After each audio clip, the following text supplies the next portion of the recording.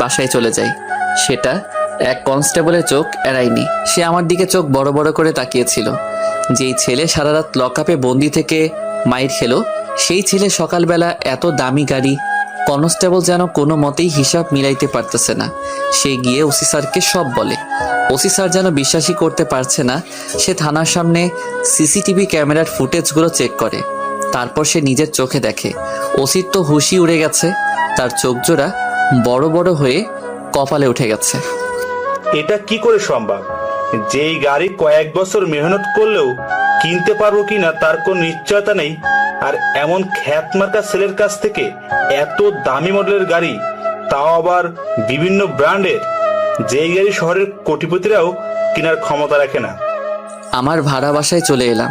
গাড়িগুলো আমায় নামিয়ে দিয়ে ওদের গন্তব্যে চলে গেল। শরীরের ব্যথায় নড়াচড়া করতে পর্যন্ত অসুবিধে হচ্ছে আমার। না, আর রান্না করব না, বাহির থেকে কিছু নিয়ে এসে খেয়ে নিব। কিন্তু হাঁটাচলা করতে পারছি না। মনে হচ্ছে যেন পায়ের হাড়টা ভেঙে গেছে। ব্যথায় কাতর হয়ে যাচ্ছি। না পারতে ডক্টরের কাছে গেলাম। উনি আমার পা দেখেই বলে দিল পায়ের ভিতরের হাড় ভেঙে একটার উপরে একটা উঠে গিয়েছে। উনি রাতারাতি প্লাস্টার করে দিল।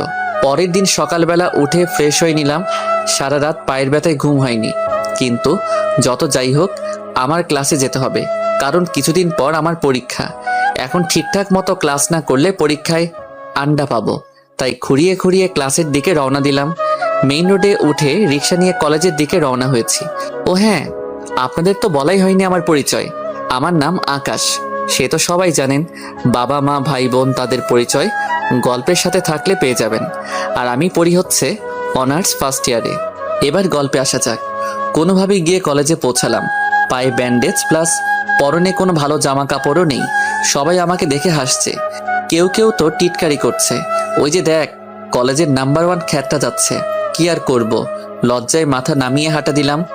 মাথা নিচু করে হাঁটছি, হঠাৎ কারোর সাথে ধাক্কা খেয়ে মাটিতে পড়ে গেলাম। ব্যথায় মা গো বলে ষাঁড়ের মতো চেঁচিয়ে উঠলাম। ব্যথার উপরে ব্যথা পেয়েছি, রুহু যেন এখনই বের হয়ে যাবে।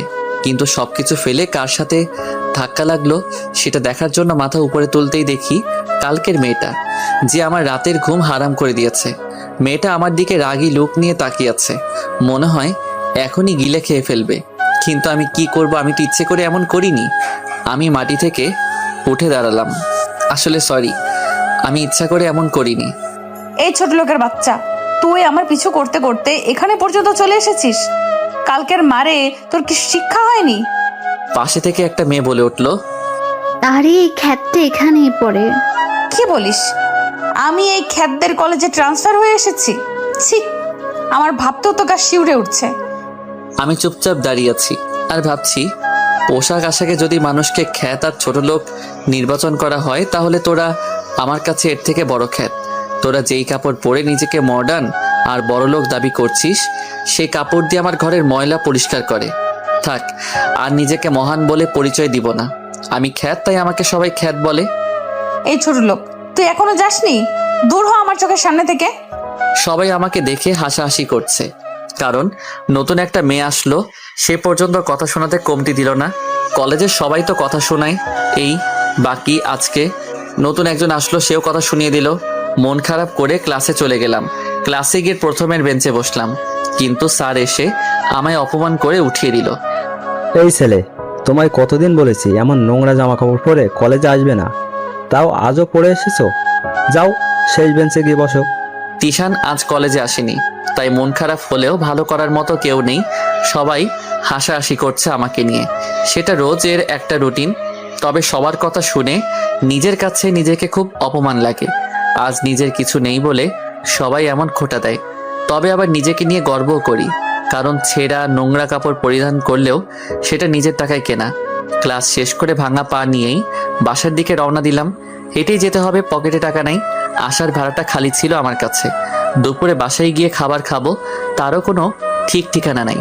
কলেজের সীমানা পার হতেই কেউ একজন এসে পায়ের উপরে হুমড়ি খেয়ে পড়ল। ভাই, আপনি আমাদের বাঁচান। আপনি ছাড়া আমাদের কোনো অস্তিত্ব নাই। প্লিজ ভাই, আপনি আবার আগের রূপে ফিরে আসেন। না রে ভাই, তা আর হবে না। তোদের ভাই মরে গেছে বলে মুচকে একটা হাসি দিয়ে বাসার দিকে রওনা দিলাম। এই ভাঙা পা নিয়ে খুঁড়িয়ে খুঁড়িয়ে বাসায় এসেছি। বাসায় আসার পর পাটা যেন মাটিতে ফেলতে পারছি না। ব্যথায় জানটা মনে হয় এখনই বের হয়ে যাবে। এদিকে পকেট ফাঁকা, কিভাবে কি করব মাথায় যেন কাজ করছে না। না, পাশের দোকানটাতে গিয়ে দেখি বাকি দেয় কিনা। বাসা থেকে বের হতেই দেখি সেই ছেলেটা যে আমার পা চেপে ধরেছিল। আমি ওকে দেখেও না দেখার ভান করে দোকানে গিয়ে মামাকে বললাম, মামা আমাকে কিছু খাওয়ার জিনিস দিন, পরে টাকা হলে বিল দিয়ে যাব। দেখো মামা, আমার দোকানে অল্প টাকার মাল, তার মধ্যে যদি তোমাকে বাকি দেই আমার পেট চলবে কিভাবে? আমি শরমে মাথা নত করে ঘরের দিকে চলে এলাম। একটু পর দেখি কেউ একজন দরজায় বাড়ি দিচ্ছে। গিয়ে দরজা খুলে দিলাম। দরজা খুলে দেখি সেই ছেলেটা দাঁড়িয়ে আছে, হাতে অনেকগুলো খাবার নিয়ে। এই কি রে, তোর কি চাই? বললাম না আমি আর আগের রূপে ফিরে যাব না। ভাই, আপনি যাই করেন করেন, কিন্তু আমি আপনার সাথে থাকতে চাই। আপনি চলে আসার পর থেকে আমাদের অবস্থান নরকে পরিণত হয়ে গেছে। শহরের কোনো জায়গায় গিয়ে থাকতে পারছি না।